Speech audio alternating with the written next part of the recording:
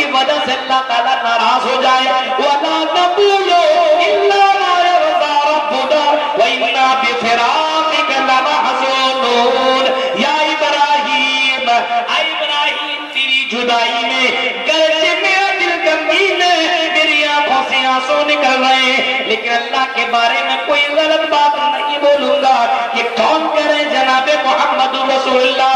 مصیبتیں جناب محمد رسول اللہ کی دور میں بھی آئی، لیکن اللہ کے نبی نے اللہ کے بارے میں کوئی غلط جملہ نہیں بولا.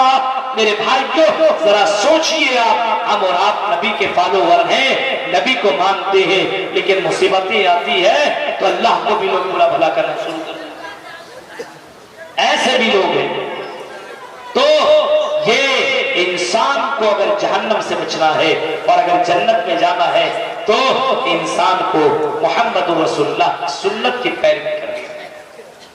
سنت کی پیروی. نبی نے جو کیا ہے وہی کریں گے، اور نبی نے جو نہیں کیا وہ ہرگز نہیں کریں گے. فلاں پیر بولتا بولنے دے، فلاں بابا بولتا بولنے دے. قرآن میں دکھا، حدیث میں دکھا، تب ہم کریں گے. اگر قرآن میں نہیں ہے اور حدیث میں نہیں ہے اور تو دنیا کا سب سے بڑا پیر اپنے آپ کو سمجھتا ہے تو ہم تیری بات کو نہیں مانیں گے. اعلان کر دو اس بات کا کہ ہم نبی کو مانتے ہیں اور نبی کی ہی مانیں گے. اگر قرآن میں ہے تو اس کو کریں گے، حدیث میں ہے تو اس کو کریں گے، اور قرآن و حدیث میں نہیں ہے تو ہم تمہاری بات کو نہیں مان سکتے ہیں. شریعت نے جس چیز کو منع کیا ہے اس کو ہم اپنی زندگی میں نہیں کر سکتے. قرآن اتنا کہتا ہے،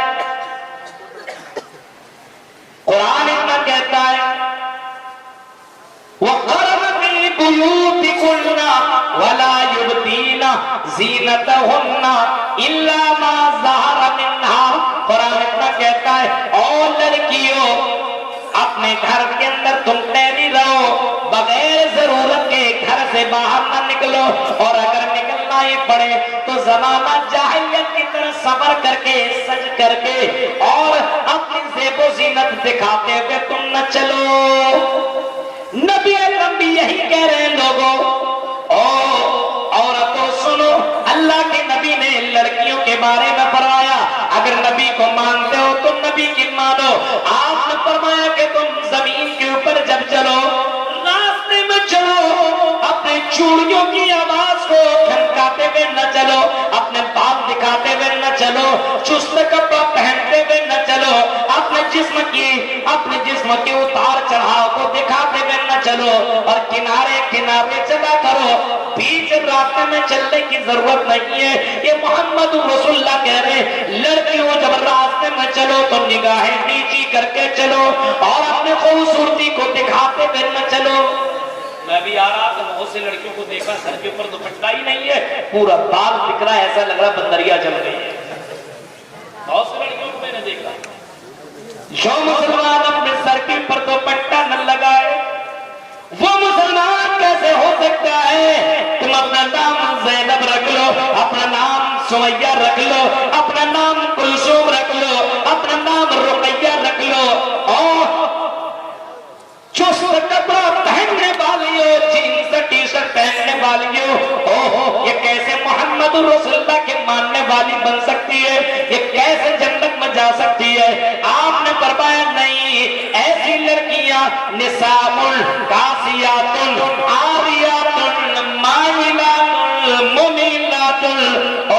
میری امت میں کچھ عورتیں ایسی آئیں گی، کچھ لڑکیاں ایسی آئیں گی، کپڑا پہنیں گی، ننگی نظر آئیں گی، ننگی نظر آئیں گی.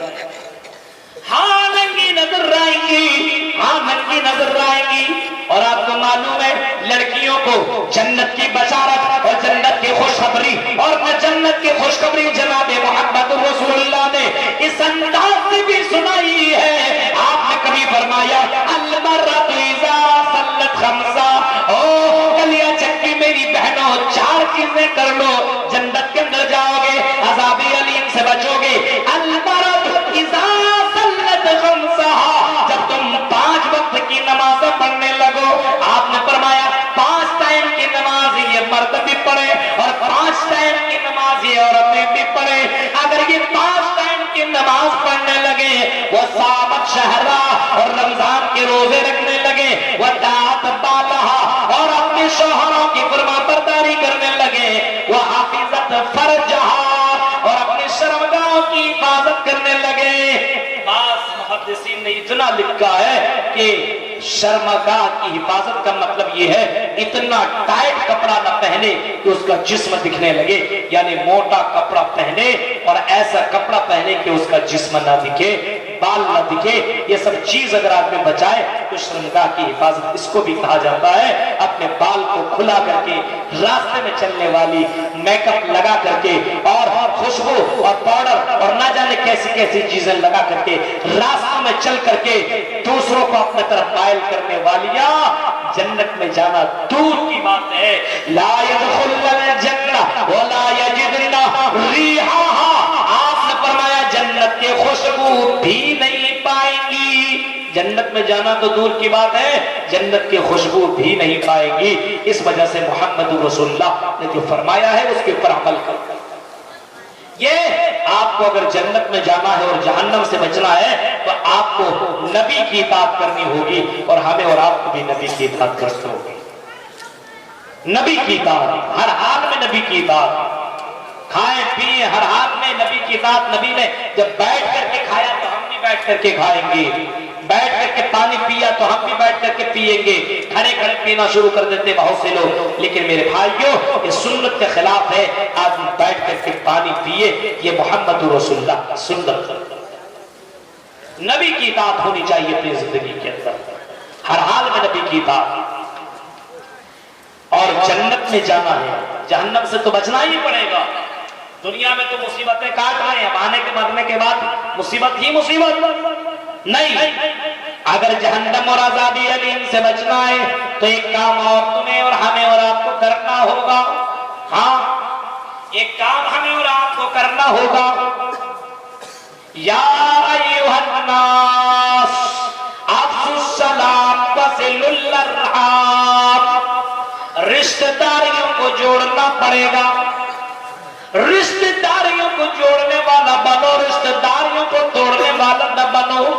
ہاں ہمارے یہاں رشتہ داریوں کو توڑا جا رہا ہے، رشتہ داریوں کو جوڑا نہیں جا رہا ہے۔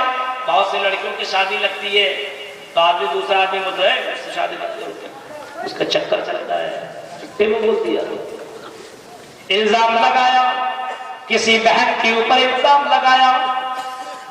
رشتہ داریوں کو جوڑنے والے بنو، رشتہ داریوں کو توڑنے والا نہ بنو، کیونکہ یاد رکھو اللہ کے نبی نے اتنا فرمایا من کل ثلاث بنات و ثلاث خوات فاحسن صحبتہن، اگر کوئی آدمی 3 بیٹیوں کی پرورش کرتا ہے، سنیے 3 بہنوں کی، 3 سسٹر کی، 3 سسٹر کی اگر پرورش کرتا ہے، 3 بیٹیوں کی پرورش کرتا ہے اور اس کو صحیح سے رکھتا ہے، پڑھاتا لکھاتا ہے، اس کی شرمگاہ کی حفاظت کرتے رہتا ہے، تو اللہ کے نبی فرماتے فَلَهُ الْجَنَّةُ، اس کے لیے بھی جنت کی بشارت ہے۔ وہ آدمی بھی عذاب علیم سے بچے گا جو اپنی 3 بہنوں یا 3 بیٹیوں کی پرورش کرنے والا ہو۔